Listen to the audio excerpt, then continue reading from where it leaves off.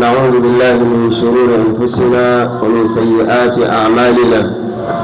من يهده الله فلا مضل له ومن يضلل فلا هادي له، وأشهد أن لا إله إلا الله وحده لا شريك له، وأشهد أن محمدا عبده ورسوله. يا أيها الذين آمنوا اتقوا الله حق تقاته ولا تموتن إلا وأنتم مسلمون.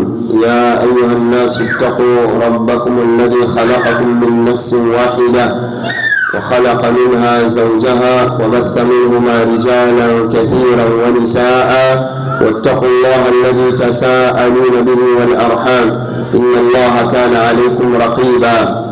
يا أيها الذين آمنوا اتقوا الله وقولوا قولا سديدا يصلح لكم أعمالكم ويغفر لكم ذنوبكم، ومن يطع الله ورسوله فقد فاز فوزا عظيما.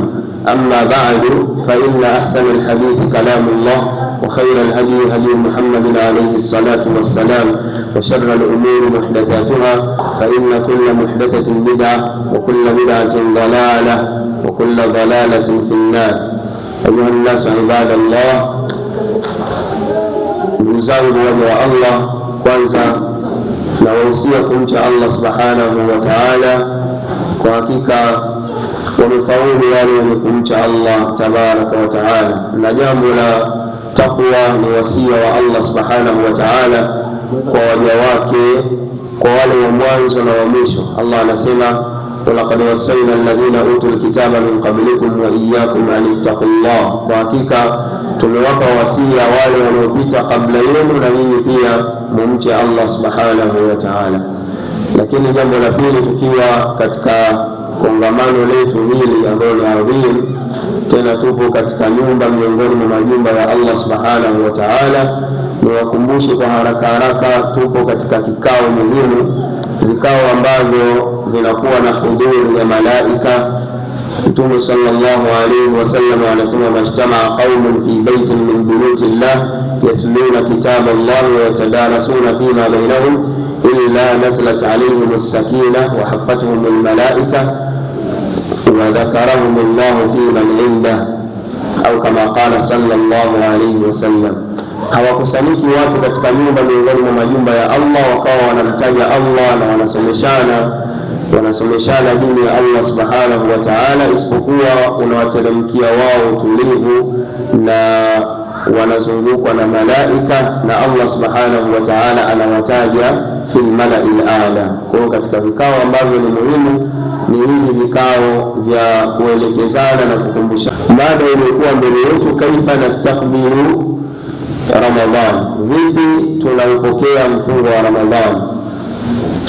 Wema waliotangulia walikuwa wakifanya istidad, maandalizi ya kuupokea mfungo wa Ramadhani kabla ya kuingia mfungo wa Ramadhani, kabla 6 ashhur, kabla ya miezi 6 walikuwa wakijiandaa kuupokea mfungo wa Ramadhani, na kabla yake walikuwa wakimwomba Allah kabuli. Baada ya kumaliza mfungo wa Ramadhani na yale walioyafanya katika matendo, walikuwa wakimwomba Allah subhanahu wa ta'ala kukubaliwa yale matendo yao miezi 6 baada ya Ramadhani na miezi 6 kabla ya Ramadhani, wakijiandaa na Ramadhani nyingine. Hii ni kuonyesha ubora na umuhimu wa ule mfungo wa Ramadhani, na fadhaili zinazopatikana katika ule mfungo wa Ramadhani ni kubwa, na Allah subhanahu wa ta'ala amejalia katika huu umma umruhu qasira, umri wake ni mchache mno, ni mdogo, kwa sababu wanaishi ni miaka, wale ambao wamependelewa sana ni miaka 63 mpaka 70, wachache ndio ambao wanazidi, lakini matendo yao wanayoyafanya, huenda mtu akaishi hiyo miaka 60 akaandikiwa mbele ya Allah subhanahu wa ta'ala amefanya matendo ya miaka 20,000. Hiyo ni fadhila katika huu umma, vile ambavyo Allah amejalia. Kuna baadhi ya masiku, kuna baadhi ya miezi ukifanya matendo yanakuwa ujira wake ni mwingi zaidi kuliko baadhi ya miezi mingine, kama vile ambavyo Allah subhanahu wa ta'ala ametuwekea huu mfungo wa Ramadhani.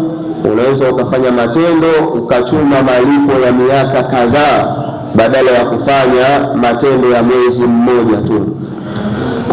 Ndugu zangu katika imani, katika maneno ambayo ya muhimu ya kuyasema namna ya kupokea mfungo wa Ramadhani ni maneno aliyoyasema Sheikh Abdul Aziz ibn Abdullah ibn Baz rahmatullahi alayhi. Anasema yeye Sheikh, wala a'lamu shay'an mu'ayyanan biistiqbali Ramadhana siwa an yastaqbilahu almuslim bilfarahi wassururi walikhtibati wa shukri llahi azza wa jalla. Sioni mimi jambo maalumu la kujiandaa nalo la kuupokea mfungo wa Ramadhani kama vile kuupokea huo mfungo wa Ramadhani kwa Muislamu bilfarahi, kwa furaha ya hali ya juu, wasururi walikhtibati wa shukri llahi azza wa jalla.